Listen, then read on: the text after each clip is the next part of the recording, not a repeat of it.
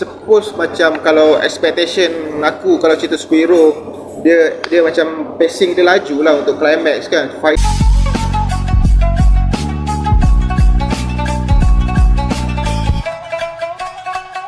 Assalamualaikum warahmatullahi wabarakatuh. Kami raksasa manja. Main Garang sikit garang Okey. Hari ni kita buat apa? Hari ni kita baru lepas menonton premier Satria Dewa Gatot Kaca. Wah, banyak apa canggih. Sebuah filem daripada Indonesia bergenrekan superhero yang diarahkan oleh Hanung Bramantio. Hanung Bramantio lah lebih kurang sebutan. Mula kita nak cakap sorry kalau audio agak bising kat background pasal kita berdekatan dengan dapur. Dapur. Okey, hari ni kita ada ni seorang lagi guest, Aaron Aziz masa muda. Ini Akil. Okey, so macam mana? Apa review kita hari ni? Sebuah filem superhero dari Indonesia selepas Gundala. Gundala aku tak tengok. Okey, tak apa. Kita cerita yang ini je. Yang kau tengok Gundala? Tak juga. So kita dari cerita pasal filem Gatot Kaca ni. Apa kita cerita benda yang mungkin kita suka lah daripada filem ni? Mungkin action, dia punya fighting, walaupun koreo dia tak berapa lah cun sangat lah. Bukan tak cun sebenarnya. Koreo dia biasa lah. Benda tu kita dah tengok banyak lah dekat movie-movie yang lain. Koreo dia okey, cuma dia tak ada something yang special. Tak ada yang sebab aku tak rasa macam tengok cerita superhero. Kau faham tak? Kau rasa macam tengok cerita apa? Gangster bergaduh. Okey, kalau ada benda yang puas sikit tak? First sekali yang betul-betul buat tertarik memang dia punya poster lah. Dia boleh nampak dia punya poster cantik lah. Kostum dia, kostum okey kan? Kalau aku rasa aku suka dia punya visual lah. Dia punya cinematography, Color grading tu termasuk lah kan. Dan macam mana dia create world untuk cerita ni. Cerita ni bukan kalau tak silap aku bukan berlatar belakang kat Indonesia. Dia macam create dunia dia sendiri, macam Gotham City, macam Cicak Man lah. macam Cicak Man, Metropolis. Dan kostum dia aku suka. Aku rasa pelakon dia yang bawa watak ni pun aku suka. Gatot Kaca ni lakonan dia pun okey. Duya. Nama dia Duya kan? Apa Duya pula? Duya dalam Yuda lah. Yuda. So cerita dia macam cerita mengisahkan yang Yuda ni dia mewarisi genetik gen daripada susur galur Gatot Kaca ni lah. Dia special lah. Dia ada dua dekat dunia ni, macam ada dua puak. Satu apa? Panda Karua tu jahat. Kurawa tu jahat. Pandawa tu macam mewakili yang baik lah. So ceritanya basically macam tu lah. Dan biasalah baik bertemu dengan jahat. So anything else? Aku agak kecewa lah sebetulnya. Terus kecewa kan? jadi Dia tak boleh nak review sangat pasal dia tidur beberapa kali. dia boleh kecewa dia sampai tertidur lah. So dia ya, kecewa dari segi teknikal apa semua, macam Technical okey. dia punya ada dragging dia boleh tahan teruk lah. Okay, dia bukan dari segi teknikal semua okey lah, macam cinematography dia ada yang part-part yang memang cantik kan, tapi dia punya dragging tu ada part-part dragging, lepas tu tiba-tiba banyak dragging, lepas tu dia melompat hanging cliff dia macam jumping macam tu lah. Itu yang buat macam tak berapa nak faham lah dia punya, tak apa nak fokus tak apa nak fokus. So sama macam first act saya rasa okey. Build up mula-mula tu sonok tengok macam mana dia dari kecil sampai besar tu kan. Okey, fun rasa. Macam saya cakap, aku cakap dekat Boni, so far so good kan. Nampak macam menarik kan. 20 minit pertama ada. Lebih kurang lah. Lepas tu makin lama makin belakang tu dia makin drop. Sampailah ke climax tu climax tu pun tak rasa macam sesuatu yang memuncak lah. Scene dia tu dengan pemilihan waktu malam dia. Nak buat malam okey, tapi dia punya macam mana dia olah lighting dia ke atau editing render macam lebih pada post editing rasanya tu. Post editing dia macam tak menonjol, macam nampak flat kan. Nampak macam Yelah satu Dia lagi punya- yang dia Dia punya cinematography tu color cantik, cuma dia punya tak dynamic. Maksudnya kadang foreground dengan background tu nampak macam sama. nampak flat tu, jadi macam tak fokus. tak Mana ada- yang dia nak tonjolkan. tak ada distance, tak stand out tak lah. distant, tak stand out. Macam muka pelakon pun macam nampak flat dengan background. Tu technical ni. macam aku cakap apa, yang climax tak sampai kan. Dia satu lagi dia diganggu dengan drama. Time tengah climax jadi satu macam 2 kali drama. Drama ke punchline Punchline daripada Yayan tu bukan? sebelum punchline tu kan jadi drama dulu. Dia ada drama lah last tu macam dia akan So itu mengganggu sebetulnya, mengganggu mood climax tu. dia suppose macam kalau expectation aku kalau cerita superhero dia macam pacing dia laju lah untuk climax kan, fighting, action. Ini dia macam action lepas tu the whole kan, macam so momentum tu terganggu dan kita rasa macam sedikit bosan kan. Dia terlebih bosan lah sebab dia tidur kan. Dia pun tak tahu macam mana Gatot Kaca tu boleh transform. Tu satu hal lagi. Kita menunggu terlalu lama untuk Gatot Kaca tu untuk full transformation kan. Maksudnya lebih daripada Full suit half dia. movie tu kan. Lebih Ujung-ujung 15 minit nak habis baru muncul. betul-betul ujung-ujung lah dia bagi kan. So mula-mula tu dia just pakai topeng. Okay, cool juga benda tu sebenarnya. Nampak topeng tu dengan dia pakai jaket. Tapi ya macam lambat lah, build up dia tu lambat. Dia macam Dragging lah. dia macam whole tak tahu apa. Dan lagi satu dia terlalu banyak konflik lah. Yang dia nak masukkan konflik dan banyak sangat Twist dia nak buat. tulis tu tak banyak lah, tapi konflik cerita tu lah kan. ada beberapa part macam benda tu simple je, macam yang mimpi tu lah. Tapi mungkin director nak bagi nampak macam mimpi tapi Sebenarnya itu real. tu real. So benda tu sebenarnya simple je kalau dia disimpelkan. Cuma benda tu jadi dia cuba nak buat orang rasa nak orang berfikir, Tertanya-tanya. tertanya-tanya, jadi benda tu jadi confused. Itu je lah antara yang rasanya banyak kot. Macam Banyak dia benda-benda yang macam tu. Itu benda salah macam satu tu. contoh lah. Satu lagi macam watak apa yang perempuan kawan dia tu siapa? Yang rambut kerinting tu kan. Nama tak ingat lah. Nama tak ingat apa nama dia. Dia macam watak tu pun tiba-tiba hilang kan. Macam lagi satu, kenapa watak perempuan apa nama watak heroin tu lah? Saya tidur.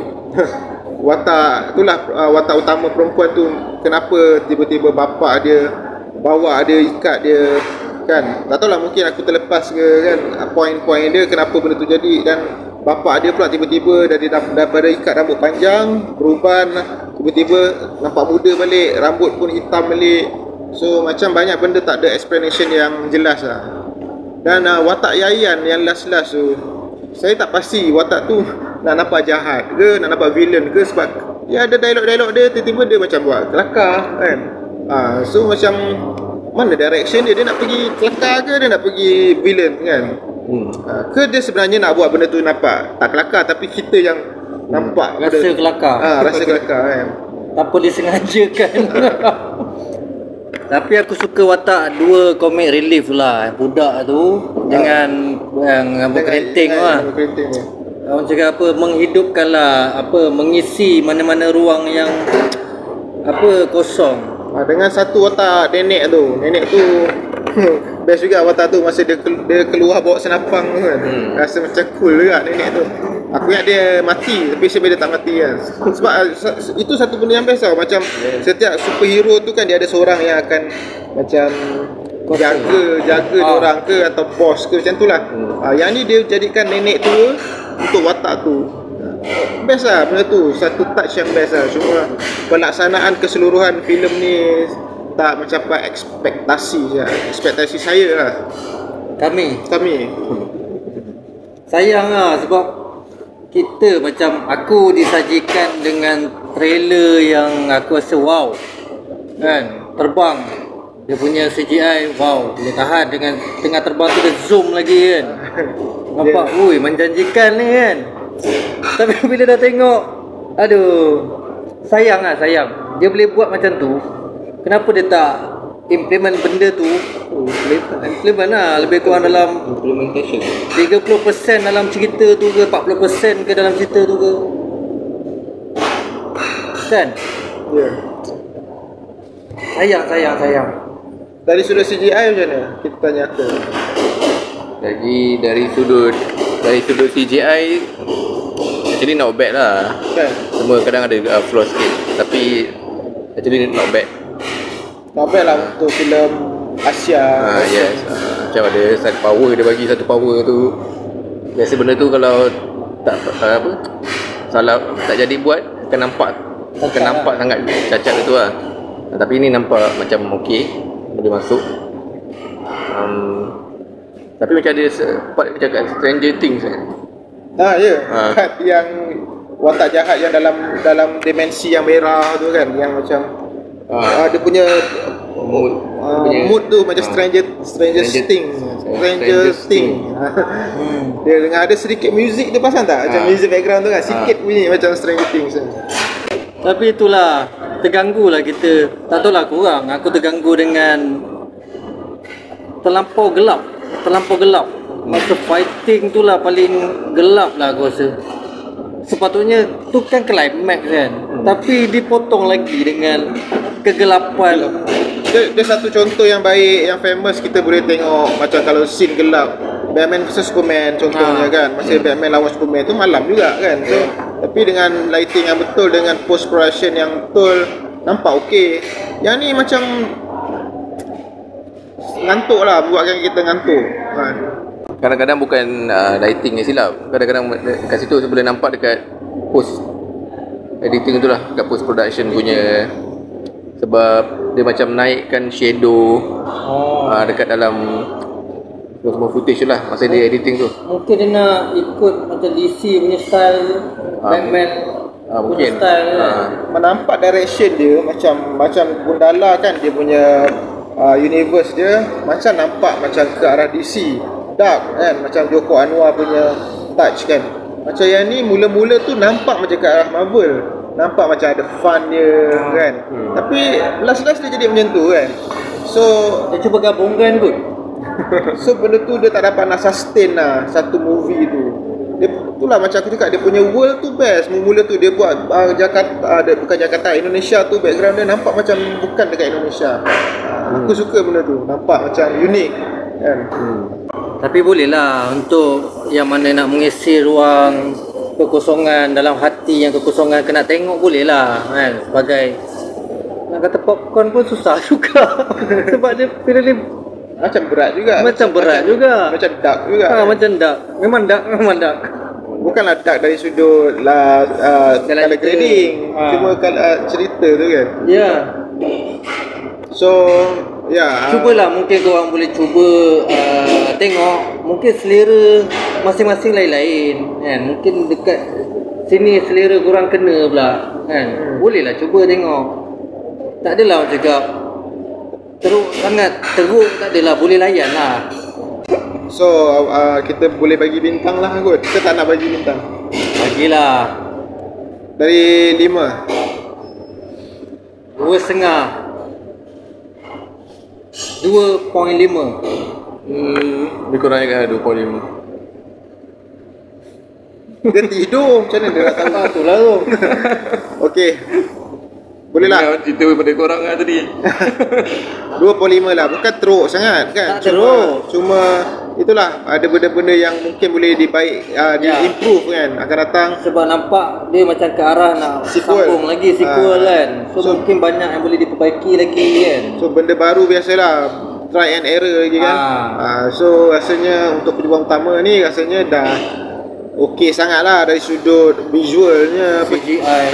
Cuma penceritaan tu lah, dia punya editing pun a little bit jumpy kan, macam terlompat-lompat kan, tiba-tiba macam ni. So jadi, mungkin untuk permulaan patutnya atau kita pula untuk permulaan mungkin boleh buat lebih simple cerita dia, tak payah terlalu complicated sebab kita nak establish watak tu dulu biar kuat dan baru lepas akad. Macam Marvel pun mula-mula Iron Man punya movie simple je. Lama-lama baru lama-lama baru dia pergi face yang lebih agak complicated. Ya. So saya pun 2.5 lah. So rasanya tu je.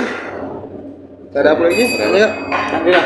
So untuk rakyat Indonesia, minta maaf lah kalau review kami ni tak menepati ekspektasi anda. So kita just ikhlas memberi review Untuk penambahbaikan di masa akan datang.